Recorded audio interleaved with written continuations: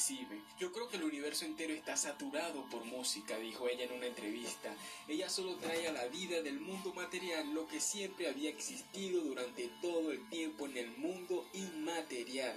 Ella nos cuenta en una entrevista lo siguiente: la religión se debe a toda la unidad. Anna Barney cree que todo el universo se conecta con todo. La tarea del ser humano es descubrir la unidad con el universo entero. Hoy la mayoría de las personas vive en la ilusión del mundo que ellos pueden ver y tocar. Es la única realidad para ellos. Para mí la realidad verdadera está detrás de esta superficie engañosa que todos le llaman el mundo real.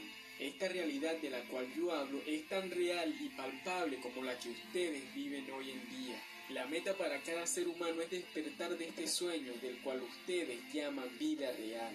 El nombre del grupo, tomando en cuenta a los Ensemble of Shadows como verdaderos miembros, Sopor Eterno simboliza el estado del condenado, así como el dolor insoportable. Es necesario despertar de este sueño para que solamente así nosotros podamos ver que la vida y la muerte es uno mismo. Este es el nuevo concepto de la unidad. Su música se ha convertido en su ayuda emocional. Anna Barney está intentando trabajar sus depresiones, por lo tanto sus líricas son siempre muy personales y no fácilmente entendibles por otras personas, como por ejemplo uno de sus famosos temas llamado A Little Bar of Soap, que en español dirían una pequeña barra de jabón. Y miremos la letra de este tema, la cual es la siguiente: desearía ser una pequeña barra de jabón, desearía ser una pequeña barra de jabón. Me iría deslizando, deslizando a través de todos. Desearía ser una pequeña barra de jabón, deslizando, deslizando viciosamente para purificar tu alma y toda tu espalda. Como pudieron escuchar esta letra, bueno, para muchos significaría locura, para otros significaría arte, para otras personas significaría un misterio, con un mensaje escondido del cual sería una gran tarea descifrar. Sin embargo, allí puede notarse la enorme influencia de su estado mental en las grabaciones. Los primeros demos, por ejemplo, tratan sobre el vampirismo, la muerte y los no muertos también. En este tiempo, Anna Barney está seriamente enferma y posee varios problemas de la vista. Sin duda alguna, este mundo está lleno de personas que, bueno, se destacan únicamente en lo que hacen. Esta es la historia de Anna Barney. Si estás fascinado con su personalidad, aquí debajo en la descripción de este video dejaré un link para que vean una de sus entrevistas. Todas están completamente en español. También dejaré abajo varios enlaces de sus canciones más conocidas. Y bueno, de esta forma culmina este video. Si te gustó, te invitaría a compartirlo. Créeme que me ayudarías bastante. Les habló su fiel servidor Emmanuel y no será más que hasta la próxima. Bye.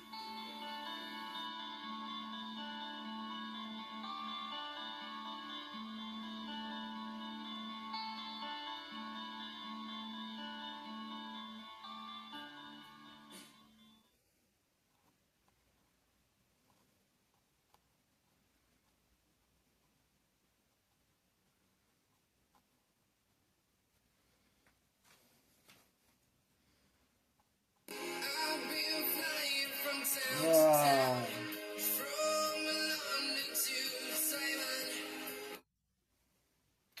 bueno, aquí estamos echando La la historia pintada. que voy a contar, muchos la describen como un arte, otros la describen como una loca y depresiva. La última vez que hablé de Anna Barney fue hace relativamente mucho tiempo. Fue en un video en el que, si no mal recuerdo, me enfoqué en los signos y síntomas que el artista reflejaba. Video que a día de hoy me da bastante pena ajena por el cómo los realizaba en aquel entonces.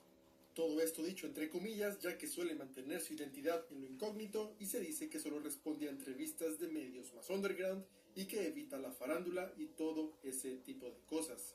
Esto es quizá una de las razones por la cual muchísimas personas la tienen en tan alta estima y con cierto grado de idealización, pero bueno, no nos desviemos del asunto a tratar.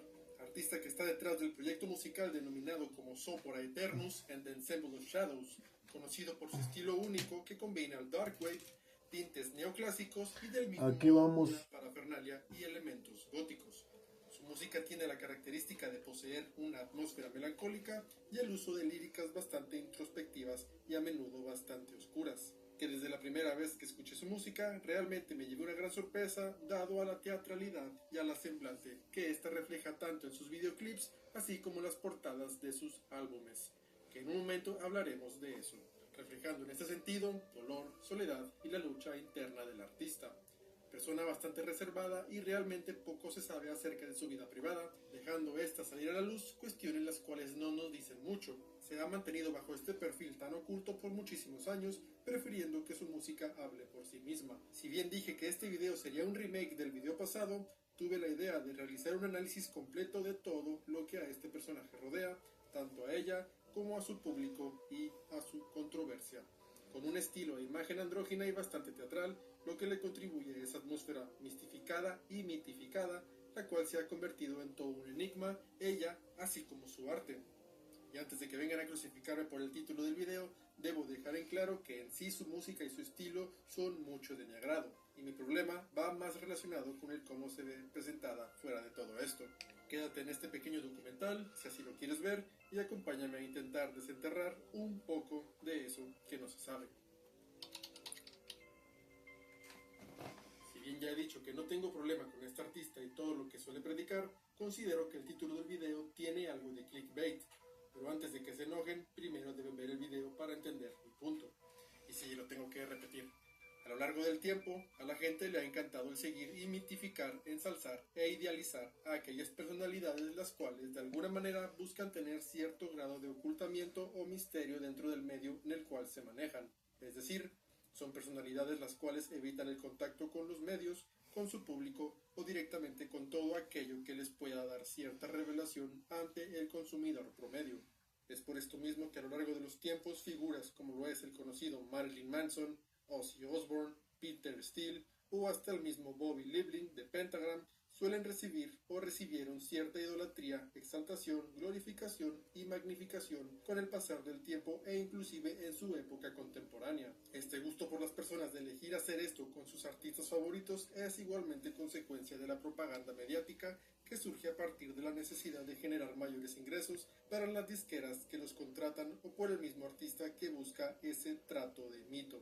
Todo esto con fines de proveer al espectador algo que otros músicos no le dan y que además de esto se auto-otorga cierto rango de superioridad, por decirlo de alguna manera, lo cual deriva en un mayor prestigio u opulencia ante el oyente de su música. Lo mismo pasó con el círculo interno del black metal, con la escena black metalera de Japón y en un sentido con el ultra metal en Colombia. Cuando esto sucede, al artista se le suelen atribuir características las cuales en ocasiones suelen rozar lo místico y por tonto que suene, también lo mágico. Tal es el caso de aquel violinista que pacta con Lucifer, supuestamente, aquellas bandas que utilizaban el tritono, que era el intervalo del diablo y llamado diablo sin música, supuestamente, y demás tipos de leyendas las cuales llegaron a rodear y a acorralar tanto a la época como a la inteligencia del espectador. Si bien esto es algo que al ser humano se le da mucho, considero que en este punto llega a sonar un tanto ridículo por la era en la que vivimos, es decir, con tanta información de tan fácil acceso, me parece poco factible que exista un ser humano que siga viviendo en su totalidad en una cueva. Claro que existiendo sus excepciones debido a las diferencias culturales, claro está. Pero entonces, ¿esto pasa con Ana Barney Cantodia? No quiero llegar a esa conclusión tan puntual y tajante, pero en parte sí, o algo por el estilo. Déjame te explico. Ay, güey, ¿en qué chingados me metí? The Ensemble of Shadows es como el artista se refiere a aquellas entidades las cuales en parte son miembros de su círculo espiritual, pero del mismo modo vienen a representar el público al cual va dirigido su trabajo o algo por el estilo. Es decir, se dice que su música es hecha para aquellas presencias o seres los cuales acompañan en su melancolía, sin dejar de lado el hecho de que se ha expresado y referido hacia ella misma como un ser no humano, lo cual en caso de ser una creencia real nos dice bastante. Y del mismo modo ha comentado que la felicidad es una emoción sobrevalorada, con lo cual estoy parcialmente de acuerdo, y que debes de acostumbrarte a la miseria, con lo cual no estoy de acuerdo, en parte. Si bien con estos puntos mencionados uno puede llegar a conclusiones como la de le falta un tornillo, considero que quizá no es precisamente el caso y algo de marketing hay dentro de todas estas declaraciones. Pero quizá no es tanto así, y primero hay que ver qué es lo que se dice, qué es lo que se sabe, por poco que sea, pero sobre todo, qué es lo que se entiende. La enigmática figura detrás de Sopor Eternus es un ejemplo emblemático de cómo las experiencias traumáticas de la infancia y la vida pueden moldear no solo a la persona, sino que también su arte y a la percepción pública. Las profundas cicatrices emocionales del artista, derivadas del abuso, del bullying y conflictos de identidad, se han entrelazado con su obra musical, creando una narrativa de dolor, sufrimiento y búsqueda de identidad que resuena con sus seguidores. Desde temprana edad, Ana Barney sufrió abusos severos y bullying tanto en la escuela como en su hogar. Describió experiencias de agresión física y emocional, donde fue atacada no solo por sus compañeros, sino también por sus maestros. Esta constante victimización dejó una marca indeleble en su psique, fomentando una profunda aversión a la sociedad y a las instituciones que deberían haberla protegido. En una ocasión, Ana Barney mencionó que fue llevada al hospital siendo niño, donde experimentó un tratamiento traumático y deshumanizante que exacerbó su ya frágil estado emocional. La identidad de género también jugó un papel crucial en su sufrimiento. La artista ha hablado de sentirse atrapada en un cuerpo que no reflejaba su identidad interior, lo que provocó una angustia adicional. La falta de apoyo y comprensión de su familia solo intensificó su sentimiento de aislamiento. Estos conflictos internos y externos contribuyeron a múltiples intentos de desvivirse, siendo uno durante su adolescencia particularmente grave que la dejó al borde de la muerte y marcó un punto de inflexión en su vida. Su supuesta reclusión, la artista ha elegido una vida casi totalmente aislada, viviendo en lo que ella describe como catacumbas, un espacio metafórico y o literal donde puede encontrar refugio del mundo exterior. Este aislamiento no solo es una medida de autoprotección, sino también una respuesta a un entorno que percibe como hostil y opresivo. La vida en las catacumbas simboliza un retiro del mundo, un santuario oscuro donde puede crear su música sin interferencias externas. Pero esto último deben de tomarlo con pinzas, ya que no se puede corroborar del todo. La música de Ana Barney es una expresión directa de su sufrimiento y su búsqueda de identidad. Letras de sus canciones están llenas de referencias a San Pedro, el dolor y la desesperación, reflejando sus propias experiencias. Este ranking, bueno, pues he seguido el criterio de, en primer lugar, tiene que ser crímenes demostrados, crímenes con los que hay sentencia, aunque he hecho una excepción, pero bueno, en general, crímenes de los que sí se tiene constancia, y también decirte que en realidad el orden da un poco igual, son todo crímenes execrables, son horribles, representan lo peor de la humanidad y por lo tanto no es que criminal es mejor y peor. He seguido un orden más o menos en función de la sentencia, de cuán dura sea la sentencia, pero vamos a ver que todo lo que vamos a ver aquí es gente que está fatal.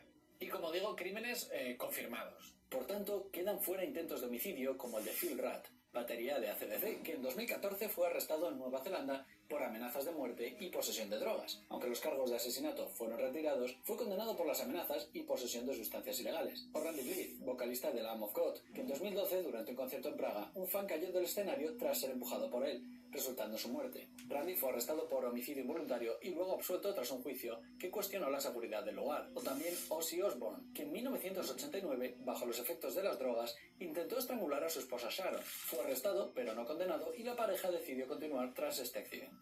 También hay casos como las acusaciones de abuso a Marilyn Manson. Aunque no ha sido formalmente condenado, el cantante se ha enfrentado a múltiples denuncias de abuso físico y psicológico por parte de varias exparejas, incluyendo la actriz Evan Rachel Wood. Y luego tenemos casos como Tommy Lee, batería de Motley Crue, que fue arrestado y condenado en 1998 por agredir a su entonces esposa Pamela Anderson, siendo sentenciado a 6 meses de cárcel por violencia doméstica. O Scott Kelly, cantante y guitarrista del grupo Neurosis, que en 2022 confesó haber cometido abusos físicos, emocionales y psicológicos contra su esposa e hijos durante más de una década. O Jon Schaffer, guitarrista y fundador de Acer, que se encontraba entre los chalados que asaltaron el Capitolio en Estados Unidos. Todo esto es terrible, todo esto es muy grave, todo esto no lo quisiéramos tener cerca en nuestras vidas, pero vamos con una lista de personas que nos van a hacer creer que todos los que os acabo de mencionar son santos y los mejores modelos a seguir que puede tener nuestra sociedad.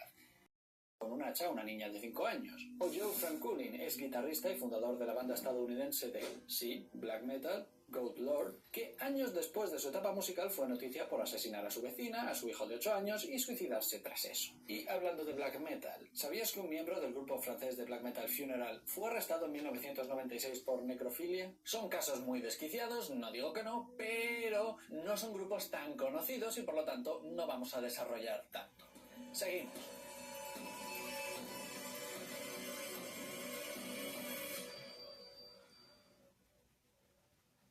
Este puesto para esta infame lista está dedicado a Christian Eivind Spedal, más conocido como Gaal, el vocalista de la legendaria banda de black metal Gorgoroth. Aparte de sus guturales infernales y su presencia imponente en el escenario, Gaal es famoso por su actitud desafiante, su carisma totalmente inflada y su filosofía de vida, que va desde el paganismo nórdico hasta el anticristianismo extremo. Curiosamente se llama Christian. Supongo que por eso se puso el mote de Gaal. Durante una entrevista para el documental Metal a Headbanger Journey, Gaal dijo que su mensaje más importante de su música era eliminar el cristianismo. El incidente más famoso ocurrió en 2002, cuando Gaal fue acusado de agresión y tortura en su Noruega natal. Según los reportes, golpeó brutalmente a un hombre de 41 años durante una fiesta en su casa. Pero es que la historia se vuelve aún más loca. El tipo al que golpeó afirmó en el juzgado que Gaal le estaba pegando para sacarle su sangre, beberse su sangre en un ritual satánico y luego a lo mejor dejarle con vida. Gaal simplemente dijo que él se estaba defendiendo. La típica defensa en la que alguien te ataca, le inmovilizas y en un rato haces un pentagrama en el suelo rodeado con velas y te bebes su sangre. Sin embargo, Gaal sí que confesó en el juicio que, había sangre, que lo había pegado, pero que le dio la copa porque estaba sangrando mucho y no quería que estuviese esparciendo sangre por su casa. Así que si al menos tuviese la amabilidad de no desparramar su sangre en la alfombra, si lo hiciese en la copa, pues mejor, ¿no? Esa fue su justificación. También la madre de Gaal pudo hablar en el juicio y dijo que no tenía sentido que su hijo, bebiese la sangre de la víctima porque su hijo es vegano.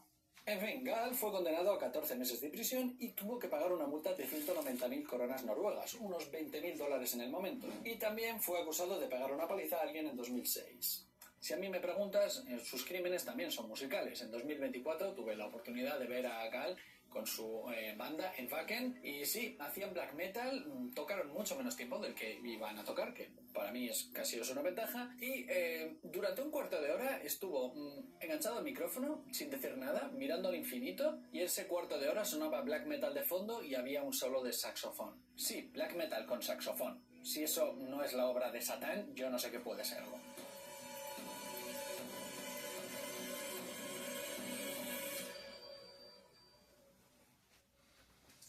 Este puesto es para Sakedi Yokoyama, vocalista de la banda japonesa de heavy metal GISM. Aunque si precisamos, se podría decir que su estilo también estaba influenciado por el hardcore o el punk. Tras su primer disco, Detestation, publicado en 1983, el grupo se convirtió en un referente internacional de la música underground, llegando a conseguir muchas ventas en Estados Unidos. No es un grupo muy conocido ahora, pero en su momento sí que se habló de ellos un poquito en la escena internacional. De hecho, la única vez que tocaron fuera de Japón fue en un festival en Holanda en 2016, porque mantenían amistad con el grupo Napalm Death, que cuando giraron por Japón tocaron con ellos y pasaron una noche drogándose y viendo vídeos de disecciones humanas. La cosa es que Sakedi estaba fatal de la cabeza. En sus conciertos mostraba su actitud beligerante, mostrándose en ocasiones directamente en el escenario con una motosierra y asustaba al público, o incluso con un lanzallamas casero apuntando al público. En una ocasión, en un programa musical de la televisión de Tokio, se subió a un escenario cuando otro grupo tocaba. Quitó el micro al cantante y se puso a gritar, acabando su erupción en una pelea a puños en directo. También se sabe que su actitud incendiaria iba en otras direcciones. Propinó palizas a diferentes empleados de tiendas de discos por vender camisetas piratas de su banda. También apuñaló a un miembro de... Cuando los bomberos acudieron a apagar el fuego, se encontraron un enorme arsenal de armas, incluidos 2 lanzallamas. ¿Cómo te puedes equipar con 2 lanzallamas? No lo sé. También había rifles automáticos, UCIs y más de 50 escopetas, además de miles de cartuchos de munición. Y ¿dónde estaba el bueno de Pat en ese momento que su casa ardía? La cosa es que él estaba en casa del vecino amenazándole con un cuchillo, gritando que llegaba el apocalipsis. Cuando llegó la policía tuvieron que reducirle con una pistola de estas eléctricas, y resulta que durante el juicio se descubrió que él previamente había llamado a sus padres previniéndoles de una invasión alienígena que estaba llegando e iba a acabar con el mundo. Pese a su noble intención, que era genuinamente buena, de querer prevenir y armar a la población para luchar contra los invasores extraterrestres, O'Brien fue sentenciado a 150 horas de servicio comunitario y $23.000 de restitución. Una libertad condicional de 5 años con evaluación y tratamiento de alcohol y drogas, porque obviamente algo no andaba muy bien en su cabeza. Tras eso, dejó de ser el guitarrista de Cannibal Corpse y con el tiempo pasó a ser el guitarrista de Exorder.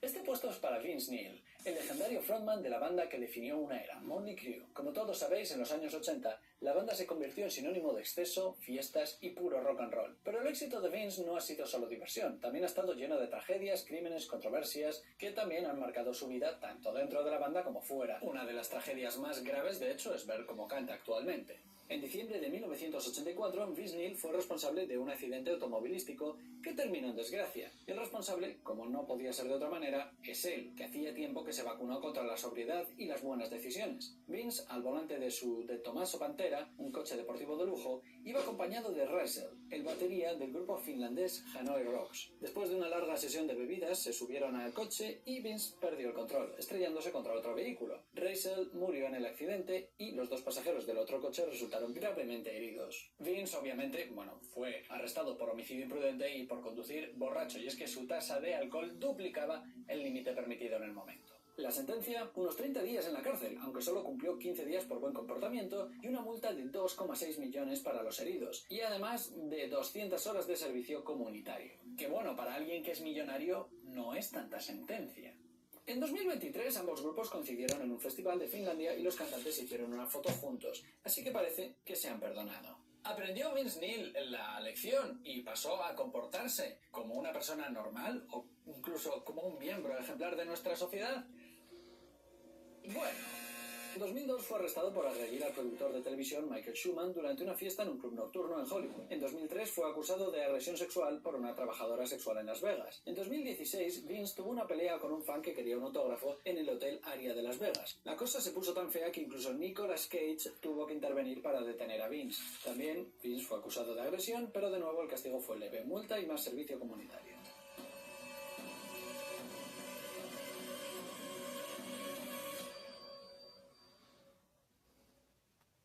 Este puesto es para Tim Landesis, vocalista de As I Lay Dying, una de las bandas más icónicas del metalcore de los 2000, y también vocalista del grupo Austrian Death Machine, una banda inspirada en Arnold Schwarzenegger. ¿Por qué no?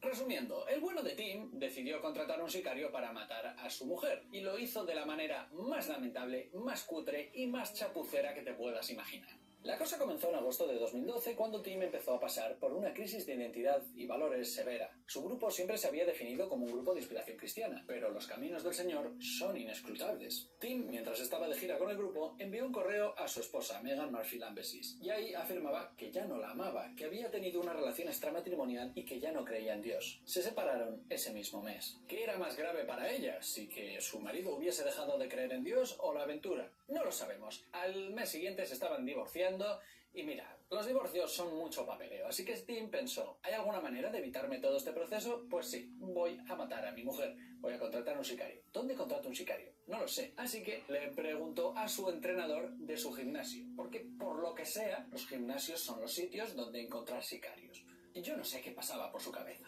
El entrenador, con más sentido común que Tim, evidentemente, contactó a la policía, quienes organizaron una operación encubierta. Un agente se hizo pasar por un asesino a sueldo y se reunió con el vocalista. Durante esa reunión, Tim le entregó a la gente $1,000 en efectivo, diciendo que, se arrepentía y que estaba tratando de ser mejor persona.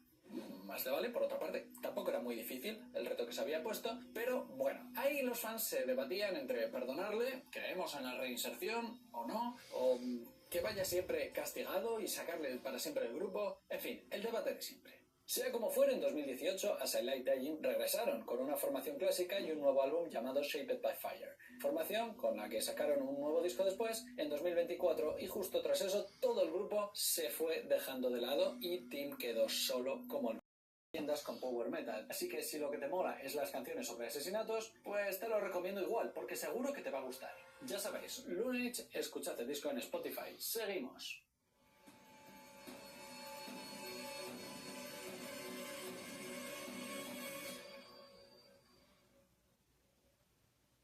Este puesto es para John Notveit, el vocalista de Dissection, un conocido grupo sueco de black metal. Su música estaba profundamente influenciada por temas de ocultismo, satanismo y nihilismo, lo que le dio un aire de misterio y, le convirtió en un icono de complicidad en asesinato. Vlad, que era el nombre de su amigo, el nombre artístico, fue quien llevó a cabo el ataque principal y recibió una condena más severa. Lo peor de todo es que ninguno mostró arrepentimiento.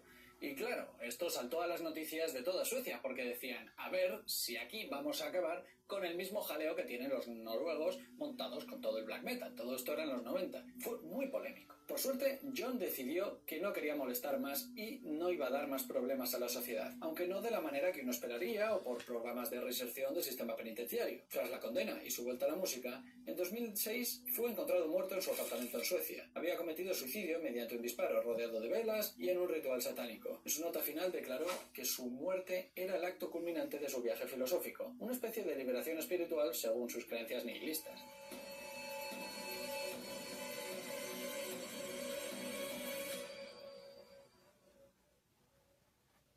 Esta noticia fue de 2020 y, bueno, no fue muy comentada, pero es que igual en 2020 estábamos a otras cosas. ¿Sabes quién es Jean-Pascal Fournier? Se trata de uno de los artistas de metal más reconocidos, habiendo ilustrado la portada de los primeros discos de Avantasia y grupos como Edguy, Dragon Force, Brothers of Metal, Elven King, Chronic Temple, Unleash the Archers... La cosa es que, bueno, por lo que sea, los grupos de heavy metal ya no están tan interesados en contratarle porque en 2020 decidió sacar su arco, sus flechas y disparar a su padre en la cabeza, un anciano que entonces tenía 80 años. Tras eso trató de desmembrarle, pero al parecer no es tan fácil y trató de suicidarse, y pese a que conducía a gran velocidad y se arrojó por una ladera, él sobrevivió. No hay información en internet sobre los motivos que le llevaron a cometer tal atrocidad, así como que tampoco tenemos información sobre que en la sentencia solo sabemos que está en prisión y que en Francia un asesinato puede hacer que estés 30 años en prisión, seguramente sea menos si te portas muy bien, pero seguramente este asesinato tan bestia tenga agravantes. Así que, bueno,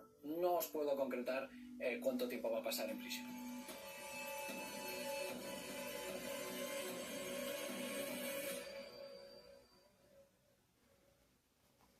Este puesto es para Bård Gulvik, también conocido como Faust, ex batería de la icónica banda de black metal noruego Emperor. Nos encontramos en 1994. Este señor no se tomó muy bien que un hombre de 37 años llamado Magne Andreasen le propusiese pasar un buen rato de sexo gay en los épicos bosques de Noruega. O sea, al principio sí que aceptó la propuesta y dijeron, bueno, pues venga a pasear por los bosques.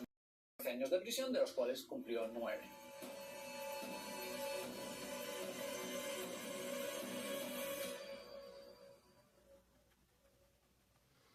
Este puesto es para Carl Logan, guitarrista de Manowar desde 1994. Logan formó parte de la alineación más exitosa de la banda durante muchos años, pero su historia con Manowar terminó de manera bastante dramática, cuando su vida personal pasó a ocupar titulares muy diferentes a los de la música. Y es que sí, tras esta pose de tipo duro que le hacía parecer un idiota, había oculto algo incluso peor. En 2018, Logan fue arrestado con cargos de poseer pornografía infantil, y es que efectivamente su ordenador estaba repleto de este material. En 2020 él se declaró a sí mismo culpable, por lo menos de 2 cargos, y sí, aceptó su condena limpiamente, al menos no lo negó. Al principio enfrentó hasta 25 años de cárcel por los cargos, pero después de un proceso legal fue sentenciado a 5 años y medio de prisión. Obviamente Manowar no se quedó de brazos cruzados ante este escándalo y lo echaron de inmediato.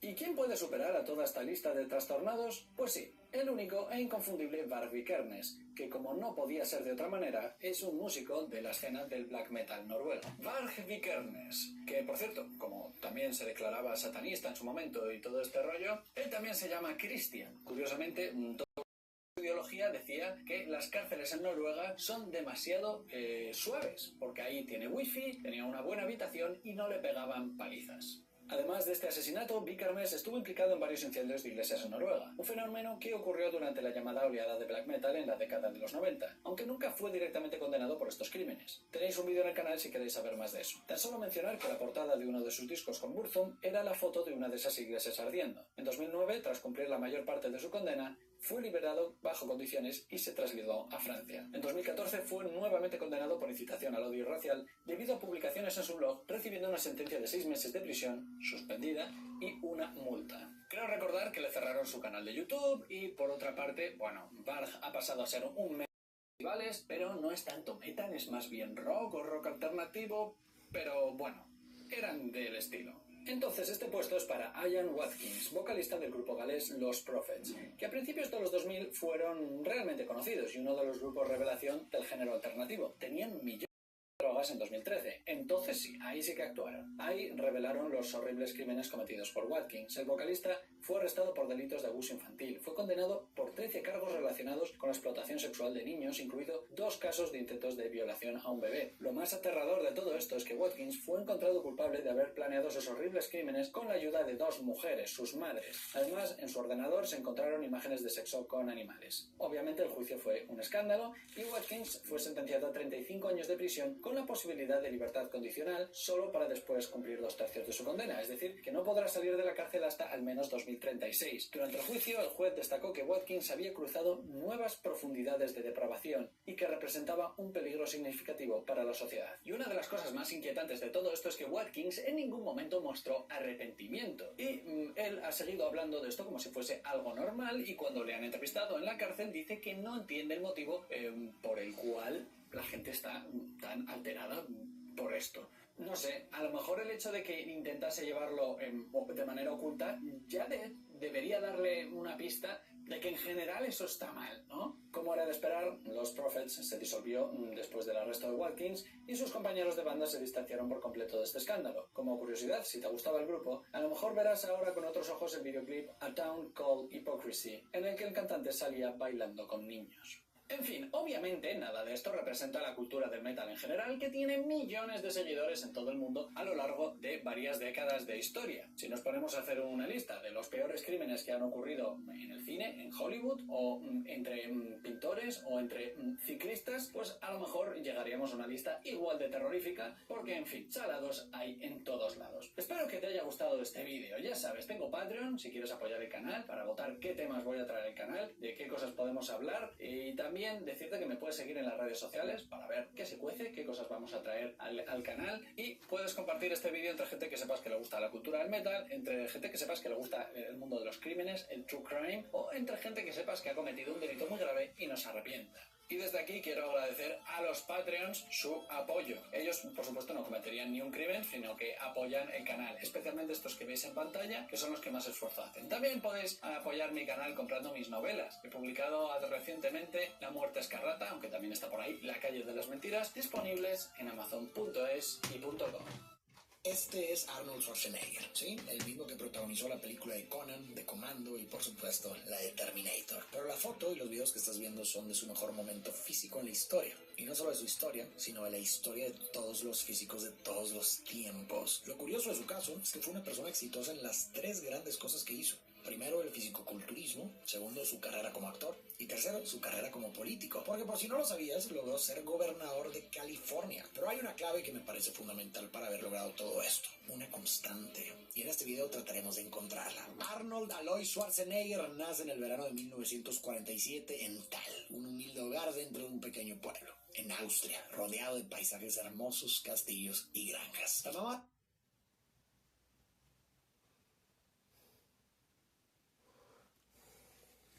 En el universo del black metal, a diferencia de muchos jóvenes de su país, el death metal nunca había sido parte de su vida.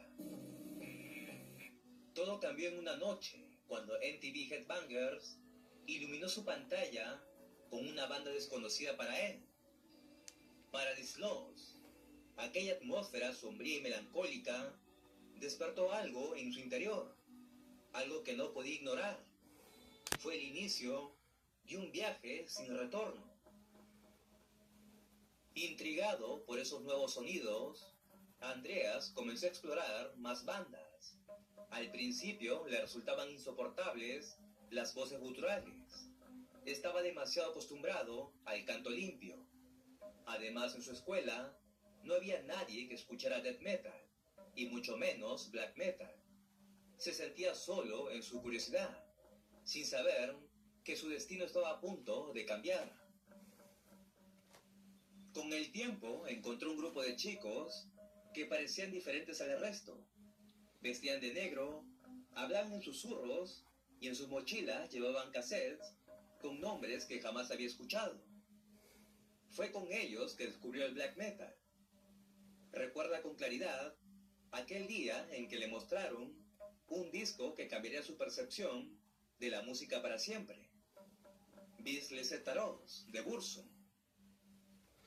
Ese fue el comienzo de su descenso a las profundidades de un mundo oscuro y fascinante, donde la música no solo era sonido, sino un portal a algo más.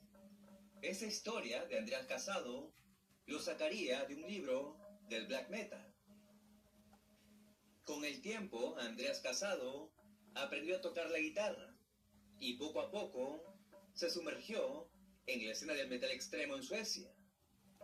La década de los 90 fue un hervidero de nuevas bandas y músicos que buscaban llevar la oscuridad y la brutalidad a nuevos niveles. Fue en ese mundo donde Andreas conoció a un misterioso joven que se hacía llamar Michael Nielsen. Michael compartía su pasión por la música, pero también tenía un profundo interés por la escritura. No estaba bien en sus pensamientos, ya que eso lo consumía, y en ocasiones sus actitudes reflejaban un peligro latente. Para ambos, la música no solo era una pasión, sino una vía de escape, un refugio contra los demonios que tenían dentro. Se dice que Michael tenía un proyecto personal llamado Sin Scrolls, donde sacaría un demo y donde comenzaba a dar formas a sus inquietantes ideas musicales. Pero el destino tenía planes más oscuros. En 1995, Andreas y Michael decidieron unir fuerzas y crear una banda que no solo superara los límites del metal extremo, sino que lo destrozara por completo. Así nació Silencer, un proyecto que no se conformaría con seguir las tendencias del momento. Mientras otras bandas hablaban de Lucifer y zombies, ellos quisieron adentrarse en un territorio aún más prohibido, algo que la sociedad rechazaba, algo de lo que nadie quería hablar, el deseo de dar un viaje a otras dimensiones.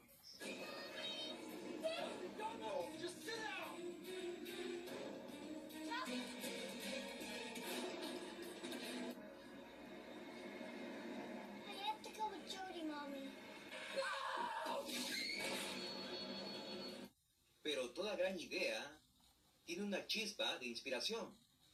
Para Andreas y Michael, esa chispa llegó cuando escucharon Dictus Tenecare, el furioso álbum de los alemanes Bethlehem. La voz de Rainer Lanfermann no era simplemente desgarradora, era potente, una expresión de pura oscuridad y desesperación. Fue en ese momento cuando lo supieron. Debían ir más allá.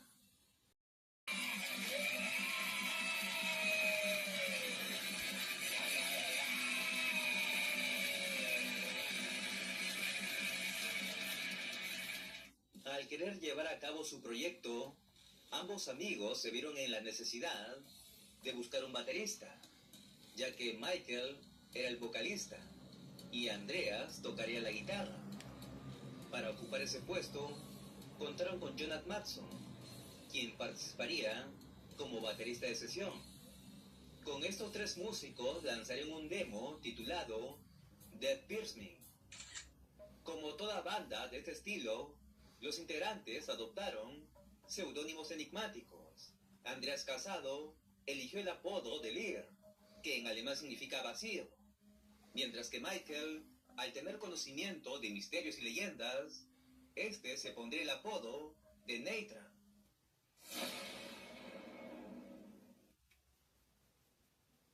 En la leyenda sueca, Neitran es una criatura envolvente y siniestra, un cuervo gigantesco, con un pico afilado como una daga. Pero lo más oscuro de esta entidad no es su aspecto, sino su chillido, un alarido escalofriante, mezcla del llanto de un niño y el grito que crearía miedo. Quienes lo han escuchado aseguran que ese sonido se queda para siempre en tus recuerdos, que nunca podrías olvidar. Ambos músicos atravesaban una etapa de profunda oscuridad interior, especialmente Neitra, en donde sus pensamientos cada vez se ponían más complicados y tendrían muchas alucinaciones. Una de las pocas formas que encontró para liberar todo ese problema que lo consumía fue leyendo y escribiendo, volcando en palabras todo lo que necesitaba expresar. Mientras en los años 90 surgían proyectos y bandas que dejarían una huella imborrable en el mundo del metal extremo, también aparecieron figuras clave que ayudaron a difundir este tipo de música. Y es que no todos los...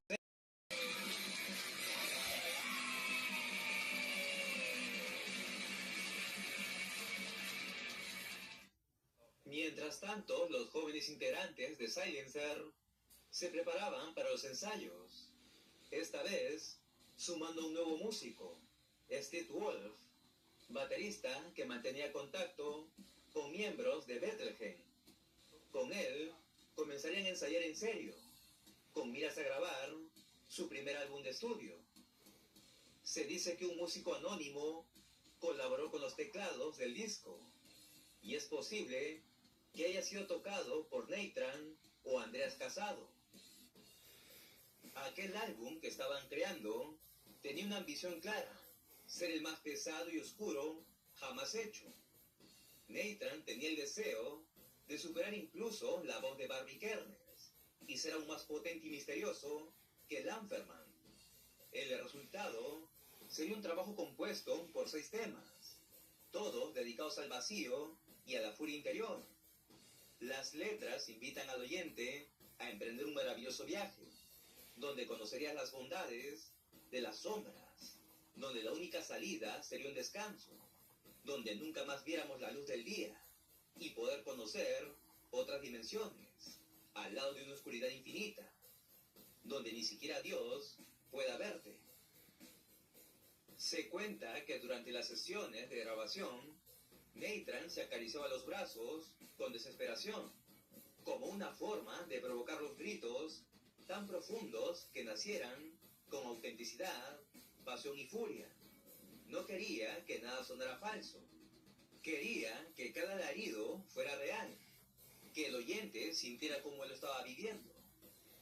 Por eso, al escuchar este álbum, no solo oyes música, te conviertes en testigo de una belleza sombría y de la furia de Nathan, que con esos gritos también pedía ayuda.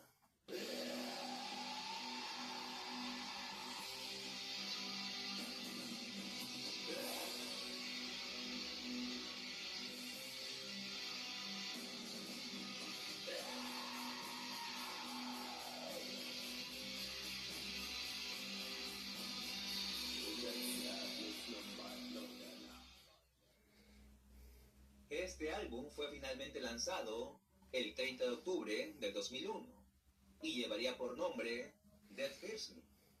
Esta obra es un culto sonoro al vacío, a la oscuridad y a la extinción de todo. Sin embargo, hay un tema que destaca en especial, el track número 3, titulado Taklamakan, una pieza lírica que nos transporta a un escenario apocalíptico y cósmico. El nombre hace referencia al desierto de Taklamakan, uno de los más extensos y misteriosos del mundo, ubicado en China. El desierto funciona aquí como una metáfora de la desolación absoluta y el aislamiento, un lugar donde las leyes de la naturaleza y de la humanidad pegoten.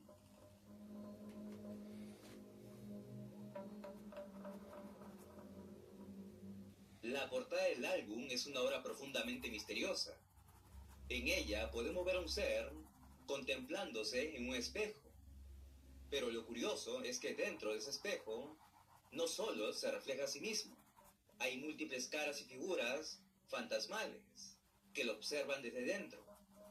Esta escena representa el enfrentamiento con uno mismo, pero llevado al misterio. No se trata de un simple espejo, sino de una visión profunda, como si cada rostro fuera una personalidad oculta, una emoción escondida o dificultades internas. Podría significar como una representación visual del estado interior de Nathan, quien probablemente sentía que en él habitaban múltiples voces o identidades, todas luchando por dominar su conciencia.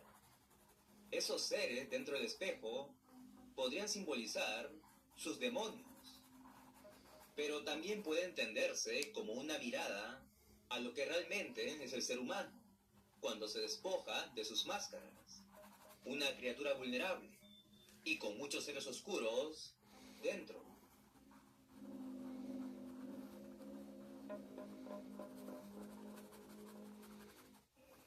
Esta idea no se limitó únicamente a lo musical. Neitran llevó su visión aún más lejos, con una misteriosa sesión de fotos, en la que aparecía con la cabeza vendada y con manchas rojas, como si hubiese estado jugando con cosas filudas. Pero lo más interesante fue su decisión de colocarse patas de cerdo en lugar de manos, donde las imágenes serían realmente de películas muy tenebrosas, profundamente creativo a la hora de transmitir sus alucinaciones. Desde una perspectiva de arte oscuro, aquellas fotografías pueden